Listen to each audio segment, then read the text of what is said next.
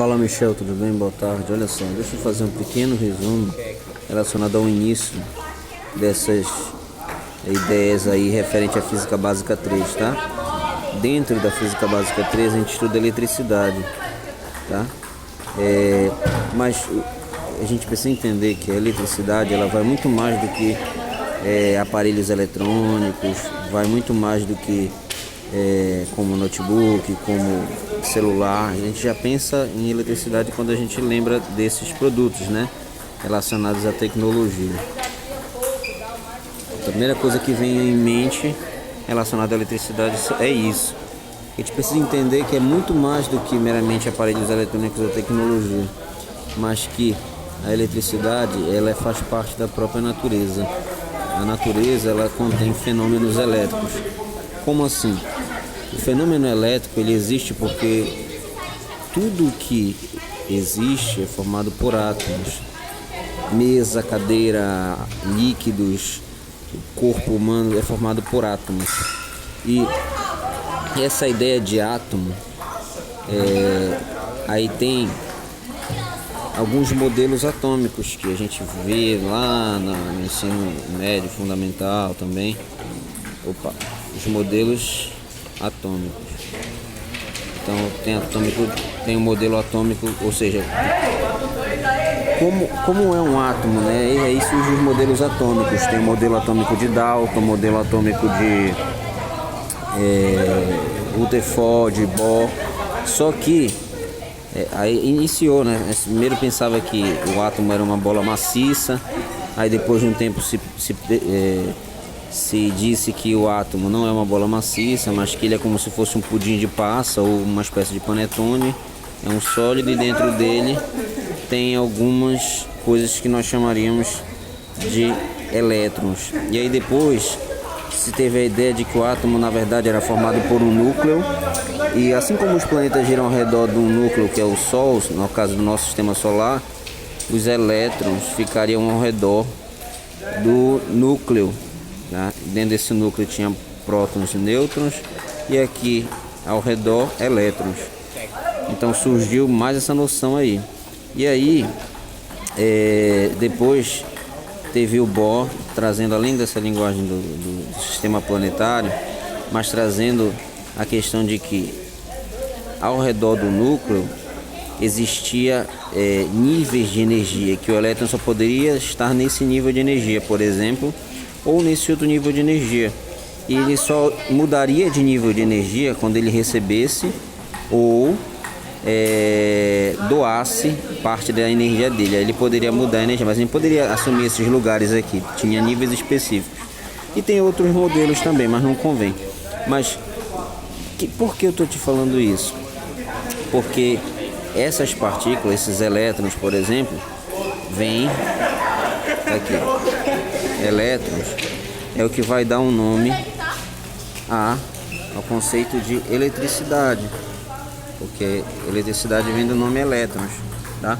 Mas bem, olha só, de onde vem esse nome elétrons? Os elétrons vêm lá da época dos gregos, quando se estudava algo chamado ambar. O Tales de Mileto, se eu não me engano, foi ele. Não foi.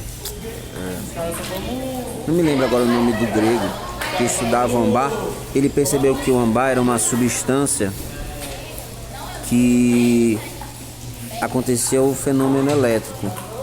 Ou seja, toda vez que ele atritava, ou ele friccionava, ou ele simplesmente riscava em algum lugar, o ambar, ele percebia que o ambar tinha a capacidade de atrair outros objetos, tá? Então ele tinha a capacidade de atrair outros objetos. Se tu perceber aqui essa coisinha de papel, olha só, eu vou riscar aqui a caneta e vou tentar atrair essa bolinha essa coisinha de papel com a caneta, ó. Deixa eu tentar aqui.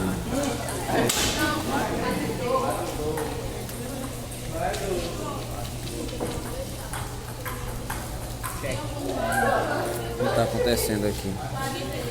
Acho que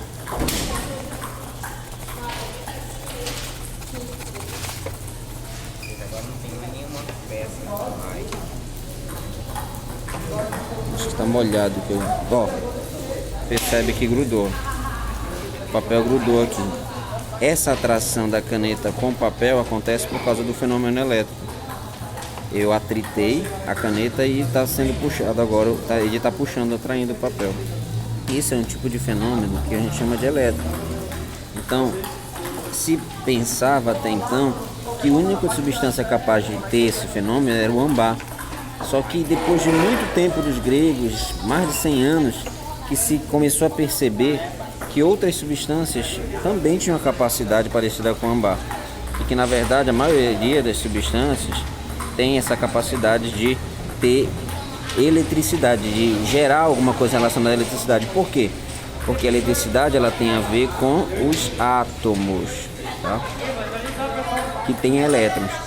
Então âmbar significa elétron, em homenagem ao âmbar que era estudado, né? E é daí que surge o nome eletricidade. Mas bora ao que realmente importa. Existe um conceito de carga elétrica que tu vai ver durante todo o curso, tá? Esse conceito de carga elétrica a gente representa por quê, tá?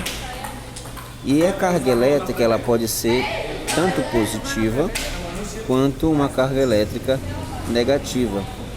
Se tu perceber os átomos, por exemplo aqui, ó, os átomos eles são formados por prótons, nêutrons e elétrons, tá?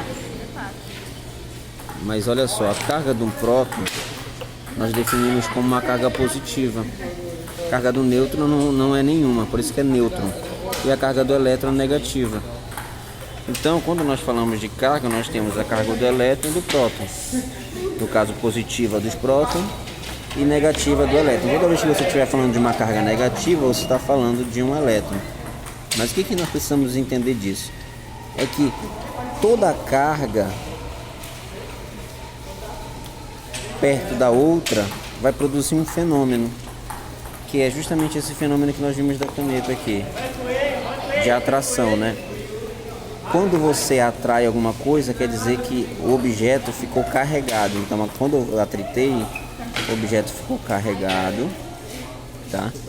E aí eu consegui puxar o papel porque ele estava carregado. Mas a gente já vai entender esse conceito de carregado. Antes, quando eu tenho, por exemplo, uma carga positiva e uma carga positiva, a gente fala que os opostos, ou melhor, que quando tem os mesmos sinais, elas tendem a se afastar. Ou seja, nesse outro caso também, elas tendem a se afastar porque negativo com negativo tende a se afastar. Essa é uma propriedade da eletricidade, tá bom? E quando você tem algo positivo com algo negativo, aqui já é opostos, então eles tendem a se atrair. É o que acontece com a caneta. Você tem cargas positivas sendo atraídas com cargas negativas, tá? Então você pode ter repulsão, que são esses casos aqui, positivo com positivo, negativo com negativo, mesmo sinal. Você tem atração quando tem sinais opostos, tá? Agora, aquele termo que eu falei para ti de carregado eletricamente. Quando é que algo é carregado eletricamente? Algo é carregado eletricamente quando a quantidade de prótons, ou seja, de cargas positivas, é diferente da quantidade de elétrons, ou seja, da quantidade de cargas negativas. Tudo bem?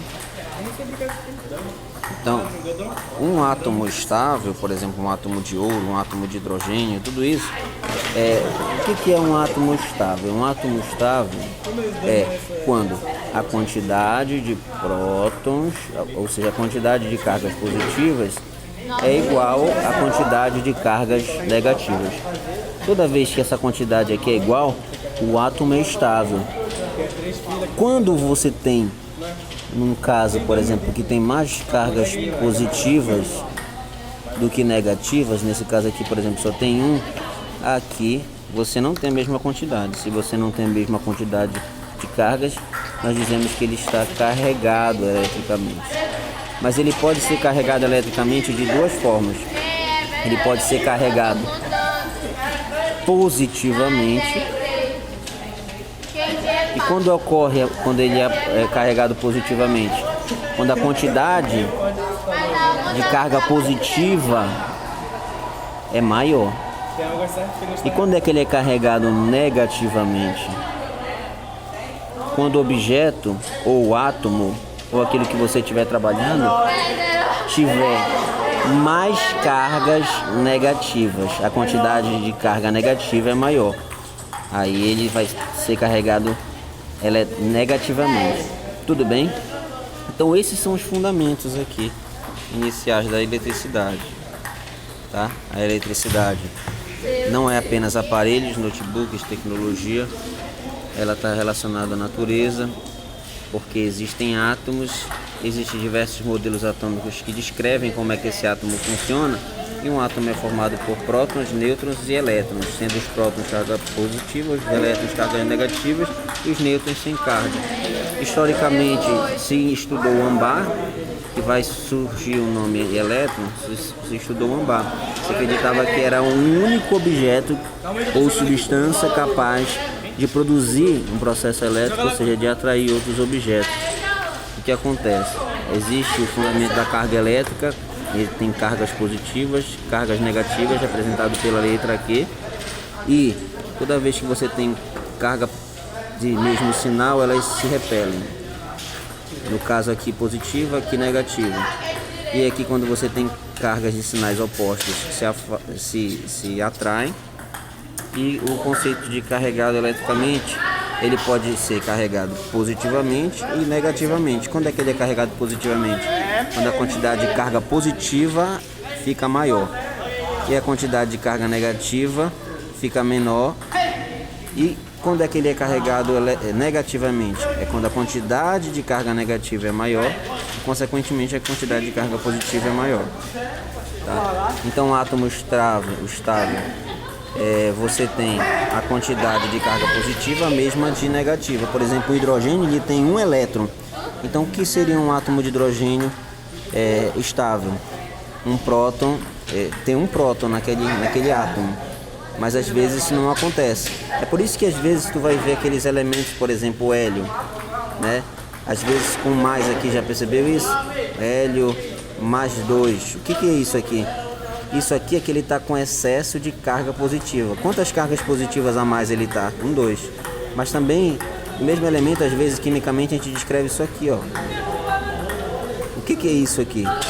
É que agora ele está com excesso de carga negativa, ou seja, excesso de elétrons o átomo. Ah, então o que é só o hélio? É um átomo estável. Mas quando ele está com o símbolo mais aqui, quer dizer que ele tem mais prótons do que elétrons. Quando ele tem o sinal negativo, ele tem mais elétrons do que prótons no átomo, tá? Então essa é a base inicial aí, tá bom? Um grande abraço, Michel. Falou. Ah, rapidinho, antes de terminar, existe dentro dessa interação aqui, ó, de repulsão, de atração, esse tipo de interação nós chamamos de força elétrica. Ela é expressa pela lei de Coulomb, tá? Em homenagem ao Coulomb. Essa equação, ela é representada por um FE de força elétrica, é igual a K, que é uma constante elétrica, é um valor único, tá? Vezes a carga 1 vezes a carga 2 dividido pela distância entre essas cargas ao quadrado. O que é isso Q1 e Q2 aqui? É justamente aqui, ó. Por exemplo, nesse caso você tem uma carga 1 e uma carga 2. Nesse caso existe uma força elétrica, mas de repulsão. A mesma coisa aqui, existe um Q1 e existe um Q2. Existe também uma força de repulsão, uma força elétrica, expressa por essa equação aqui. E aqui nesse outro caso existe também um Q1 e existe um Q2, só que nesse caso a força elétrica é de atração. Para você encontrar o valor dessa força, você vai ter que usar essa equaçãozinha aqui, tá? Então geralmente nas questões ele por exemplo, dá o valor de um, não sei quantos coulombs, dá o valor de outro, não sei quantos coulombs, dá uma distância, está dividido, as cargas elas estão a uma distância de tantos centímetros, por exemplo. Isso aqui você vai levar ao quadrado, a distância, e você vai substituir esses valores todinhos. Como o K ele já tem, é um valor dado único, você substitui todo esse valor e tem como encontrar qual é o tipo de força envolvido nesse processo de atração ou repulsão entre duas cargas. Então é assim que você vai trabalhar, entendeu? Com a lei de Coulomb. Deu para entender? Qualquer dúvida, um grande abraço aí, viu?